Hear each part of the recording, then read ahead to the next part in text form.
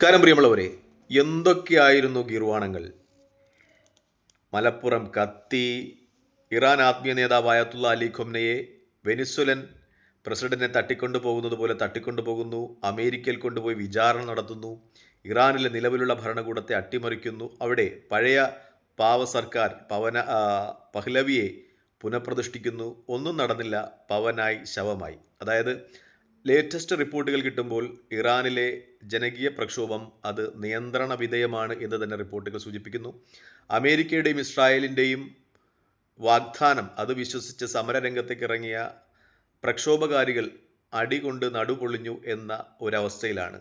ഇസ്രായേലിനെ നാമ്പിനാൽ ഊമ്പിനാൽ എന്ന് പറയുന്നത് പോലെയാണ് അവിടുത്തെ പ്രക്ഷോഭങ്ങളുടെ ഒക്കെ പല്ലൊടിഞ്ഞു അല്ലെങ്കിൽ നടുവൊടിഞ്ഞു എന്ന് പറയുന്ന ഒരു സ്ഥിതിവിശേഷത്തിലാണ്. ഇപ്പോൾ യുദ്ധം ചെയ്ത് കളയും എന്ന് പറഞ്ഞു വന്ന അമേരിക്ക, ഈ താടിയുള്ള അപ്പനെ കണ്ടാൽ പേടിയുണ്ട് എന്ന് പറയുന്നത് പോലെ ഇപ്പോൾ യുദ്ധരംഗത്ത് നിന്ന് പിന്മാറി എന്ന വാർത്തയും മാധ്യമങ്ങൾ ചർച്ച ചെയ്യുന്നുണ്ട്. അതായത് ഒരു ഡയറക്റ്റ് ഫൈറ്റ് ഉണ്ടായാൽ അതിൻ്റെ പ്രത്യാഘാതം അമേരിക്കയ്ക്കും ഇസ്രായേലിനും ഒക്കെ ഉണ്ടാകുമെന്ന് വ്യക്തമായതിനെ തുടർന്ന് ഇസ്രായേലി പ്രധാനമന്ത്രി Benjamin Netanyahu American president Donald ട്രംപിനോട് അഭ്യർത്ഥന തുടർന്നാണ് ഈ യുദ്ധരംഗത്ത് നിന്ന് അമേരിക്ക പിന്മാറുന്നത് എന്നുള്ള ചില നിഗമനങ്ങൾ വരികയാണ്. കാരണം കഴിഞ്ഞ 12 ദിവസത്തെ യുദ്ധത്തിൽ ഇസ്രായേലിന് നല്ല പ്രഹരമേറ്റിട്ടുണ്ടായിരുന്നു. ഒരു 1-2 ആഴ്ച കൂടി ആ യുദ്ധം നീണ്ടുപോയിരുന്നുവെങ്കിൽ ഇസ്രായേൽ എന്ന് പറയുന്ന രാജ്യത്തിൻ്റെ നിലനിൽപ്പ് തന്നെ ഇല്ലാതായേനെ എന്ന വിശകലനങ്ങളും ഒക്കെ വരുന്നുണ്ട്. അപ്പോൾ ഇസ്രായേലി പ്രധാനമന്ത്രി Benjamin Netanyahu American president Donald ട്രംപിനോട് അഭ്യർത്ഥിച്ചുകൊണ്ടാണ് ഇപ്പോൾ അമേരിക്ക ഇറാനെ ആക്രമിക്കുവാനുള്ള നടപടികളിൽ നിന്ന് പിന്മാറിയത് എന്ന രീതിയിലുള്ള നിഗമനങ്ങൾ പുറത്തു വരികയാണ്. കാരണം ഇറാനെ സംബന്ധിച്ച് കുറച്ചുകൂടി വലിയ രാജ്യമാണ് ഇസ്രായേൽ, ചെറിയ രാജ്യമാണ്. നീണ്ട ഒരു യുദ്ധം അത് ഇറാൻ്റെ കുറച്ച് ഭാഗങ്ങളൊക്കെ നശിപ്പിക്കാമെങ്കിലും ഇറാൻ എന്ന് പറയുന്ന രാജ്യത്തിന് കുറച്ചുകൂടി നിലനിൽക്കാൻ പറ്റും. കാരണം കുറച്ചുകൂടി വലിയ രാജ്യമായതുകൊണ്ട് പ്രഹരങ്ങളൊക്കെ എല്ലാ സ്ഥലത്തും ഒന്നുപോലെ ഏൽക്കണമെന്നില്ല. പക്ഷേ ഇസ്രായേൽ ചെറിയ രാജ്യമായതുകൊണ്ട് ഒരാഴ്ചയ്ക്കുള്ളിൽ തന്നെ ഇറാന് പരമാവധി പ്രഹരമേൽപ്പിക്കുവാനും അതിൻ്റെ തന്ത്രപ്രധാനമായ സ്ഥലങ്ങളൊക്കെയും ടാർഗറ്റ് ചെയ്ത് നശിപ്പിക്കുവാനും കഴിയും. അതുകൊണ്ട് തന്നെ ഇസ്രായേൽ ഇപ്പോൾ ഒരു യുദ്ധരംഗത്തേക്ക് വഴുതി മാറുവാൻ ആഗ്രഹിക്കുന്നില്ല. മാത്രമല്ല കഴിഞ്ഞ യുദ്ധത്തിൻ്റെ ഒരു റിക്കവറിയൊക്കെ നടത്തേണ്ടതുണ്ട് ഇസ്രായേലിന്. അതുകൊണ്ട് തന്നെ അമേരിക്കൻ പ്രസിഡന്റ് ഡൊണാൾഡ് ട്രംപിനോട് അഭ്യർത്ഥിച്ചതുകൊണ്ടാണ് ഇപ്പോൾ അമേരിക്ക ഇറാനെ ആക്രമിക്കുന്നതിനുള്ള നടപടിക്രമങ്ങളിൽ നിന്ന് മാറുന്നത് എന്ന ചില നിഗമനങ്ങളൊക്കെ വരികയാണ്. മാത്രമല്ല തിരിച്ച് പ്രഹരമേൽക്കും എന്ന രീതിയിലുള്ള ചില നിഗമനങ്ങളും ഒക്കെ നടക്കണം. എന്തായാലും ഇപ്പോൾ അമേരിക്ക ഈ താടിയുള്ള അപ്പനെ പേടിയുണ്ട് എന്ന് പറയുന്നത് പോലെ ഇറാനെ ആക്രമിച്ചാൽ ചിലപ്പോൾ തിരിച്ചും പ്രഹരം കിട്ടുവാൻ സാധ്യതയുണ്ട് എന്ന രീതിയിൽ ഇപ്പോൾ യുദ്ധരംഗത്ത് നിന്ന് മാറി നിൽക്കുകയാണ്. മറ്റൊരു നിഗമനം കൂടി വരുന്നത് ആ പ്രദേശത്തെ അമേരിക്കയുമായി സഖ്യത്തിലുള്ള ചില രാജ്യങ്ങൾ, ആ രാജ്യങ്ങളും ഇപ്പോൾ ഇറാനും തമ്മിലുള്ള ഒരു സൗഹൃദം അത് കുറച്ചുകൂടി ദൃഢമാണ്. പ്രത്യേകിച്ചും ഇറാനും സൗദിയുമായിട്ടുള്ള ബന്ധങ്ങളൊക്കെയും കുറച്ചുകൂടി ദൃഢമായി വരുന്ന ഒരു സന്ദർഭമാണ്.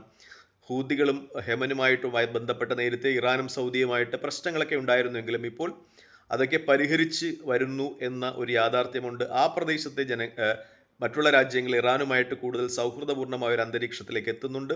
പ്രത്യേകിച്ചും ആ പ്രദേശത്തെ രാജ്യങ്ങൾക്ക് നേതൃത്വം നൽകുന്ന സൗദിയും ഇറാനുമായിട്ട് വലിയ രീതിയിലുള്ള ഒരു സൗഹൃദം ഉടലെടുത്തിട്ടുണ്ട്.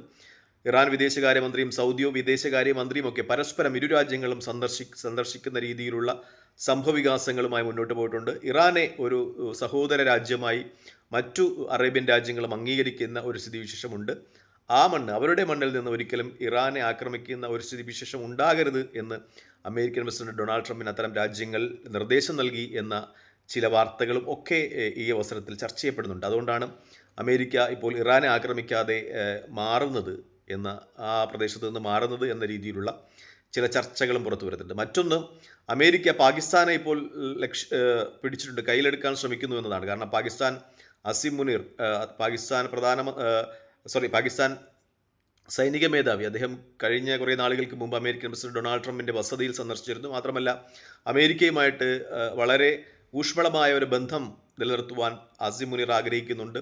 ഇപ്പോൾ ചില റിപ്പോർട്ടുകൾ അനുസരിച്ച് പാകിസ്ഥാനിലെ MQ-9 ഡ്രോണുകൾ, അതിൽ നിന്നാണ് അമേരിക്കയ്ക്ക് ഇറാനെക്കുറിച്ചുള്ള വിവരങ്ങൾ കിട്ടുന്നത്, ചാര ഡ്രോണുകളിൽ നിന്നാണ് കിട്ടുന്നത് എന്ന ചില നിഗമനങ്ങളുണ്ട്. മാത്രമല്ല നേരത്തെയും ഇറാനും പാകിസ്ഥാനും തമ്മിൽ അത്ര ഊഷ്മളമായ ബന്ധമല്ലായിരുന്നു. പിന്നെ ഇടയ്ക്ക് Masood Pezeshkian, Iran president, Pakistan സന്ദർശിച്ച് ഊഷ്മളമായ ബന്ധം വീണ്ടും ഉടലെടുക്കുന്നതിന് കാരണമായിട്ടുണ്ട് ആ സന്ദർശനം. പക്ഷേ ചില കാര്യങ്ങളെ സംബന്ധിച്ച് ഇരു രാജ്യങ്ങൾ തമ്മിൽ തർക്കങ്ങളുണ്ട്. പ്രത്യേകിച്ചും ബലൂച്ച് പ്രവിശ്യയിൽ ബലൂചിസ്ഥാൻ ലിബറേഷൻ ആർമിയെ പിന്തുണയ്ക്കുന്നുണ്ട് ഇറാൻ എന്ന രീതിയിൽ നേരത്തെ പാകിസ്ഥാൻ്റെ ഭാഗത്തു നിന്ന് ആരോപണമുണ്ടായിരുന്നു. മാത്രമല്ല ചില സുന്നി സംഘടനകളെ, ഷിയ രാജ്യമായ ഇറാനിൽ ചില സുന്നി സംഘടനകളെ ഒക്കെയും പാകിസ്ഥാൻ പിന്തുണയ്ക്കുന്നതുമായി ബന്ധപ്പെട്ട് ഇറാൻ്റെ ഭാഗത്തു നിന്നും ആരോപണങ്ങളുണ്ട്. അപ്പോൾ ഇപ്പോൾ അമേരിക്കയെ പാകിസ്ഥാൻ അമേരിക്ക പാകിസ്ഥാനെ ഇറാനെതിരെയുള്ള ആക്രമണത്തിന് ഒരു ഇടനില അല്ലെങ്കിൽ ഒരു താവളമാക്കി, അല്ലെങ്കിൽ പാകിസ്ഥാനിൽ നിന്ന് അമേരിക്ക ഇറാനെ ആക്രമിക്കാനുള്ള സാധ്യതകളും ഈ അവസരത്തിൽ ചർച്ച ചെയ്യപ്പെടുന്നുണ്ട് എന്നാണ് ഏറ്റവും പരമപ്രധാനമായ കാര്യം. എന്തായാലും അമേരിക്ക ഇപ്പോൾ താൽക്കാലികമായി ഇറാൻ ആക്രമണത്തിൽ നിന്ന് പിന്മാറുന്നു എന്ന് തന്നെയാണ് ഏറ്റവും പരമപ്രധാനമായ കാര്യം. ദീർഘകാലത്തെ അമേരിക്കയുടെയും ഇസ്രായേലിൻ്റെയും ആഗ്രഹം, അതായത് ഇറാനിലെ ഭരണകൂടത്തെ അട്ടിമറിച്ച് നേരത്തെ ഉണ്ടായിരുന്ന അമേരിക്കൻ പാവ സർക്കാരിനെ അവിടെ പുനഃപ്രതിഷ്ഠിക്കാനുള്ള അവരുടെ സ്വപ്നം, അത് വീണ്ടും ഒരു സ്വപ്നം മാത്രമായി അവശേഷിക്കും എന്നുള്ള നിഗമനങ്ങൾ തന്നെയാണ് ഇപ്പോഴും മാധ്യമങ്ങൾ നിലനിൽക്കുന്നത്. തൽക്കാലം ഈ അവലോകനമായി ഇവിടെ വാങ്ങിയാണ്. മറ്റൊരു വീഡിയോയുമായി കാണുന്നവരെ നന്ദി, നമസ്കാരം, ജയ് ഹിന്ദ്. വീഡിയോ ഇഷ്ടപ്പെടുന്നുണ്ടെങ്കിൽ ലൈക്ക് ചെയ്യുക, ഷെയർ ചെയ്യുക, കമൻറ്റ് ചെയ്യുക. മറ്റൊരു വീഡിയോയുമായി കാണുന്നവരെ ജയ് ഹിന്ദ്.